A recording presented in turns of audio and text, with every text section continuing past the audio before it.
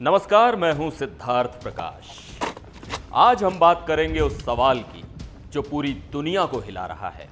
क्या दुनिया की सबसे बड़ी शक्तियां मिडल ईस्ट में चल रही जंग को रोकने में पूरी तरह नाकाम साबित हो चुकी हैं?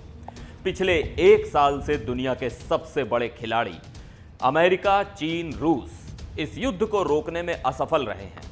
और ये सिर्फ असफलता नहीं है, बल्कि इसका नतीजा है एक ऐसी अनियंत्रित दुनिया जहां हर जगह अराजकता फैल रही है।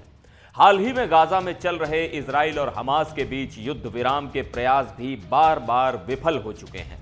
अमेरिका, जो हमेशा से इजराइल और अरब देशों के बीच सुलह कराने में एक अहम भूमिका निभाता आया है, अब खुद को बेबस पा रहा है।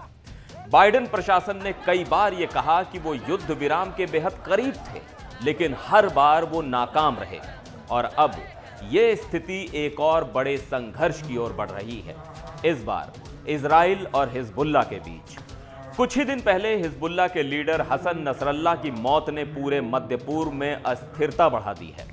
नसरल्लाह, जो 3 दशक से ज्यादा समय से हिजबुल्लाह को लीड कर रहा था, उसकी मौत के बाद अब हिजबुल्लाह में नेतृत्व का संकट है।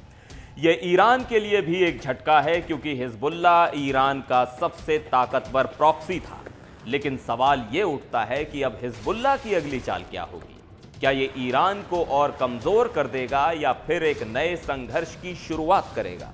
दुनिया की सबसे बड़ी ताकत अमेरिका, जो दशकों से मध्य पूर्व में शांति लाने की कोशिश करता रहा है, अब इजराइल पर भी उतना प्रभाव नहीं डाल पा रहा। हाल ही में इजराइल को $15 बिलियन का सैन्य पैकेज दिया गया, लेकिन इस बीच इजराइल की गाजा पर बड़ी सैन्य कार्रवाई के बावजूद अमेरिका का रवैया कमजोर दिखा। अमेरिका, जो दशकों से ईरान और उसके सहयोगियों जैसे हिजबुल्लाह पर दबाव बनाता आया है, अब उतना असरदार नहीं रह गया है। हिजबुल्लाह और हमास को अमेरिका ने आतंकी संगठन घोषित किया है, इसलिए उनके साथ कूटनीति करना लगभग नामुमकिन है। 7 अक्टूबर को हमास द्वारा इजरायली नागरिकों के नरसंहार और लगभग 250 बंधकों की गिरफ्तारी के बाद इजराइल ने गाजा में जबरदस्त सैन्य कार्रवाई की। राष्ट्रपति बाइडेन ने इजराइल की कुछ कार्रवाइयों को ओवर द टॉप यानी हद से ज्यादा कहा, लेकिन इसके बावजूद अमेरिका का इजराइल को समर्थन जारी है, जबकि गाजा में हजारों फिलिस्तीनी नागरिक मारे जा चुके हैं। वहीं इजराइल, जो कि हमेशा से अमेरिकी समर्थन पर निर्भर रहा है, अब खुद को और भी मजबूत महसूस कर रहा है। दूसरी ओर दुनिया के बाकी देश चीन, रूस बस तमाशा देख रहे हैं। चीन, जो ईरान से बड़ी मात्रा में तेल खरीदता है और किसी भी ऐसी चीज का समर्थक है जो अमेरिका की शक्ति को कमजोर कर सके, फिलहाल मध्य पूर्व में शांति लाने में कोई खास दिलचस्पी नहीं दिखा रहा। रूस का भी इस मामले में कोई खास सहयोग करने का इरादा नहीं है, खासकर जब अमेरिका में 5 नवंबर को चुनाव होने वाले हैं। रूस, जो यूक्रेन के साथ चल रहे युद्ध में ईरान से डिफेंस टेक्नोलॉजी और ड्रोन पर निर्भर है, अमेरिका के पतन के किसी भी संकेत से खुश होगा और उसे मध्य पूर्व में फंसा देखना चाहेगा।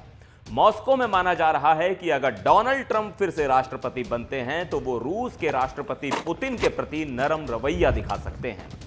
जहां तक मिडिल ईस्ट की दूसरी ताकतों का सवाल है, तो कोई भी फिलिस्तीन के समर्थन में इजराइल से सीधे टकराने को तैयार नहीं है।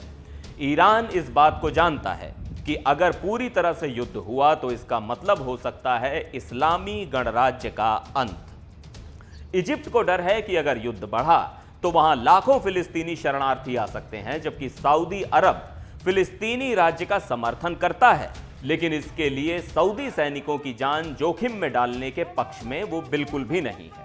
वहीं प्रधानमंत्री नेतन्याहू ने सऊदी अरब के साथ रिश्ते सामान्य करने की अमेरिकी कोशिशों को गंभीरता से नहीं लिया। इसकी सबसे बड़ी वजह यह है कि इसके बदले में उन्हें फिलिस्तीनी राज्य को मान्यता देने की ओर कोई ठोस कदम उठाना पड़ता, और नेतन्याहू हमेशा से फिलिस्तीनी राज्य बनने के खिलाफ रहे हैं।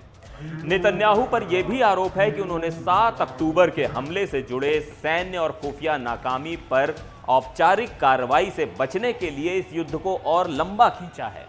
इसके अलावा उन पर धोखाधड़ी और भ्रष्टाचार के आरोप भी लगे हैं, जिनसे बचने के लिए वो समय निकाल रहे हैं। वो 5 नवंबर तक इंतजार कर रहे हैं, क्योंकि उन्हें उम्मीद है कि अगर डोनाल्ड ट्रंप फिर से राष्ट्रपति चुने जाते हैं तो वो नेतन्याहू के लिए एक मजबूत सहयोगी साबित होंगे। तो आखिरकार सवाल ये है कि इस पूरी जंग का अंत क्या होगा? हिजबुल्लाह के लीडर की मौत से जो शक्ति संतुलन बिगड़ा है उसके क्या परिणाम होंगे, और क्या इजराइल और हमास कभी इस खून खराबे से बाहर निकल पाएंगे? दुनिया की बड़ी ताकतें एक साल से इस संघर्ष को खत्म करने में नाकाम रही हैं और अब हालात ये हैं कि कोई भी ठोस समाधान नहीं दिखता। इस पूरी जंग के बीच हजारों लोगों की जान जा चुकी है, लेकिन एक बात साफ है कि कोई भी शक्ति, चाहे वो कितनी भी बड़ी हो, इस युद्ध को अभी रोकने में सक्षम नहीं है। आपकी क्या राय है? क्या इस संघर्ष का कभी अंत होगा? हमें कमेंट्स में जरूर बताएं। आज के लिए इस वीडियो में बस इतना ही। फिलहाल मुझे दीजिए इजाजत। नमस्कार।